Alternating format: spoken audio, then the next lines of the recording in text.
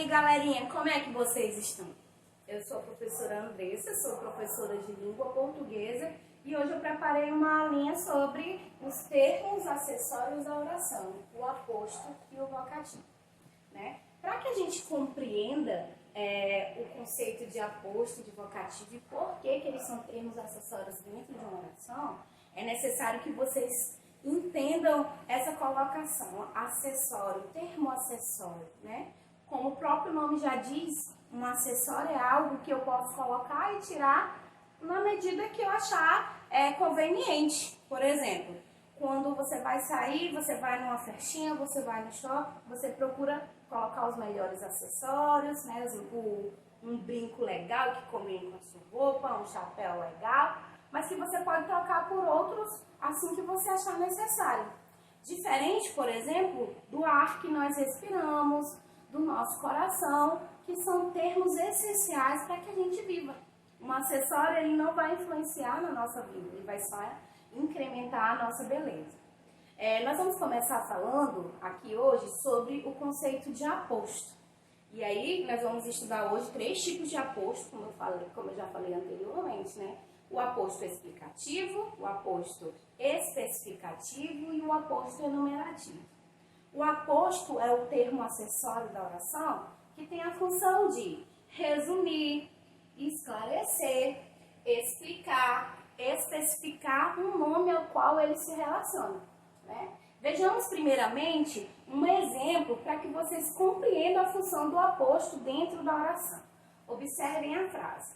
Álvaro de Moya, grande estudioso dos cômicos no Brasil, define a revista e seus personagens como revolucionários e geniais. Aí eu pergunto para vocês, que expressão ou termo eu posso retirar dessa oração que ela não vai perder o sentido? Mais precisamente a expressão que explica quem é esse Álvaro de Moya. Então, acertou quem disse grande estudioso dos cômicos no Brasil. Então, se eu retirar essa expressão, a minha frase ela não vai perder o sentido, porque essa expressão está aqui justamente para explicar quem é esse Álvaro de Moya. Porque esse Álvaro de Moya podia ser um escritor, um cantor, um compositor. Quando eu especifico que ele é um estudioso dos cômicos no Brasil, eu explico quem é ele. E deixo claro para o meu interlocutor por que eu escolhi ele, deixo claro quem é ele. Essa é a função do aposto, né? Explicar. Nós vamos ver primeiramente o aposto explicativo. O aposto explicativo, como o próprio nome já diz, ele tem a função de explicar algo sobre o nome ao qual esse aposto se relaciona, né? Ele vai adicionar informações ao meu enunciado. É importante que vocês saibam que esse aposto explicativo, ele sempre vai vir entre vírgulas. Ele sempre vai vir isolado por vírgulas, dependendo da localização dele dentro da frase. Porque nós já estudamos em anos anteriores que, de acordo com a norma da língua portuguesa, nós não podemos separar nem o sujeito, nem o predicado. Então, se eu vou inserir uma informação entre o sujeito da minha oração e o predicado da minha oração, eu devo isolar essa informação por vírgulas. Vejamos um exemplo. Machado de Assis, grande escritor brasileiro, ganhou vários prêmios. Aqui, o meu aposto é grande escritor brasileiro. Notem que se eu ler a minha frase sem essa expressão, grande escritor brasileiro, a minha frase ela não vai perder o sentido, né? Por exemplo, Machado de Assis ganhou vários prêmios. Ótimo! Quem tem o hábito de ler vai saber quem é esse Machado de Assis, vai saber que ele é um escritor, mas quem não tem não vai saber. Então, essa é a função do aposto explicativo. Colocar informações adicionais que expliquem algo sobre o nome ao qual o meu aposto se refere, no caso, o sujeito. Então, quando eu coloco aqui grande escritor brasileiro, eu explico quem é esse Machado de Assis. Eu estou dizendo que ele não é um compositor, que ele não é um cantor, que ele não é o padeiro, que ele não é o porteiro. Ele é um grande escritor brasileiro. Agora, vejamos o aposto especificativo. O aposto especificativo, é importante começar dizendo que, geralmente, ele vai ser um nome próprio. O aposto especificativo é o único que não vai vir isolado por nenhum tipo de pontuação. O aposto especificativo, ele vai vir junto do meu sujeito, porque ele vai individualizar esse meu sujeito, né? Observe o exemplo. O grande escritor brasileiro Machado de Assis ganhou vários prêmios. Então, se eu tirar o termo Machado de Assis, a minha frase ela não vai perder o sentido. O grande escritor brasileiro ganhou vários prêmios. Entretanto, eu não vou saber que escritor brasileiro foi esse que ganhou vários prêmios. Quando eu coloco o meu aposto especificativo Machado de Assis, eu individualizo que escritor brasileiro foi esse que ganhou vários prêmios. Não foi a Cecília Meirelles, não foi o Eça de Queiroz, não foi José de Alencar, foi o Machado de Assis que ganhou vários prêmios. Então, recapitulando, aposto especificativo, ele vai ser um nome próprio e vai individualizar o meu substantivo.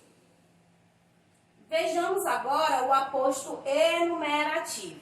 Esse aposto enumerativo, ele vai ter a função de enumerar elementos, sequenciar elementos. E ele vai vir seguido dos dois pontos. Primeiramente, vai se incluir o sinal de pontuação dois pontos, e aí nós vamos ter uma explicação sobre algo que foi mencionado anteriormente.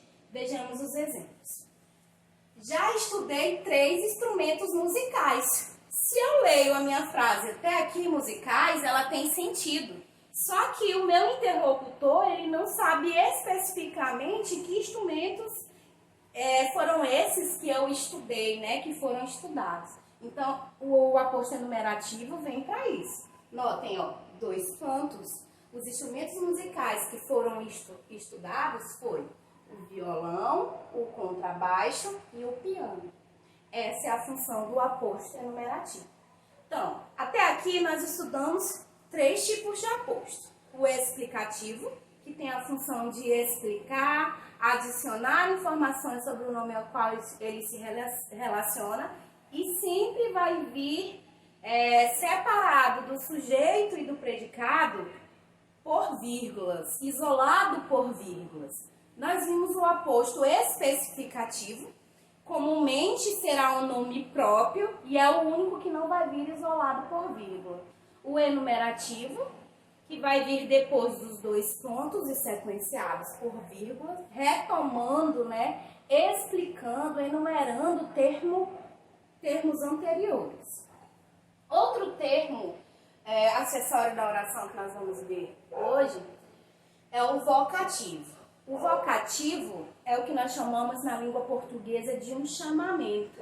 É quando eu me direciono especificamente, diretamente com o meu interlocutor, com aquele que vai receber a minha mensagem. E o vocativo, assim como o aposto, ele deve vir isolado por vírgula. Vejamos um exemplo.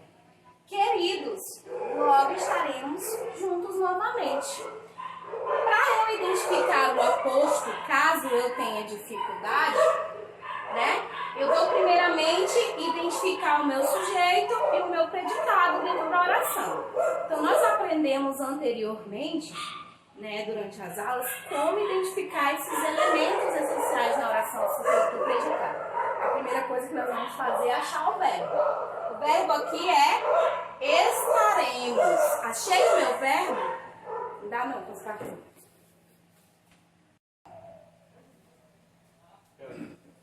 Então, pessoal, continuando a nossa aula sobre termos acessórios, nós vamos ver um pouco sobre o vocativo. O vocativo é, na língua portuguesa, o que nós chamamos de chamamento. O que é um chamamento? Um termo dentro do enunciado, dentro da nossa oração, dentro da nossa frase, que se relaciona, que se dirige diretamente ao meu interlocutor, né? Que coloca o meu interlocutor dentro do meu enunciado. Vejamos o exemplo. Queridos, logo estaremos juntos. Então, para vocativo, eu tenho que achar o meu sujeito e o meu predicado, né? Para eu achar o meu sujeito, eu tenho que achar primeiramente o verbo. Qual que é o verbo dessa oração?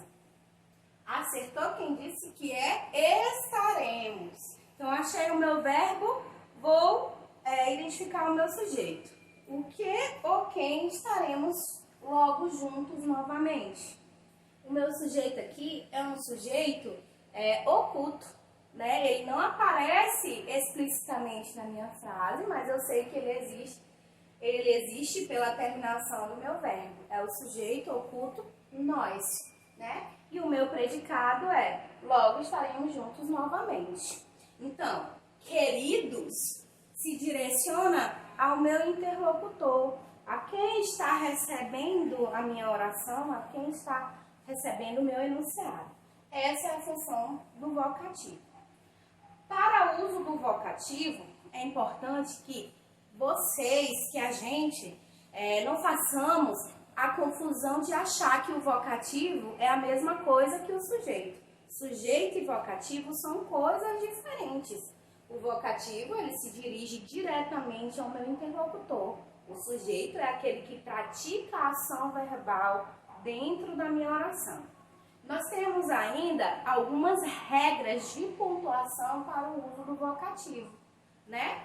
Quando o meu vocativo ele aparecer no início da minha oração, a vírgula ela vai aparecer depois dele. Observe. Roberto, quem lhes disse isso? Então, vocativo é Roberto e a vírgula aparece depois. Porque, mais uma vez, nós não podemos separar sujeito do seu predicado. Quando esse mesmo vocativo ele aparecer no meio da minha oração, nós vamos intercalá-lo por vírgulas, né? Observe. Leia, Maria, aquele livro. Quando ele aparecer no fim, a vírgula ela vai aparecer antes do meu vocativo. Você sabe o que eu quero dizer, Juvenal? Então é isso, pessoal. Essa é a nossa aulinha de hoje. Eu espero que vocês tenham gostado, que vocês tenham aprendido algo mais. E até a próxima!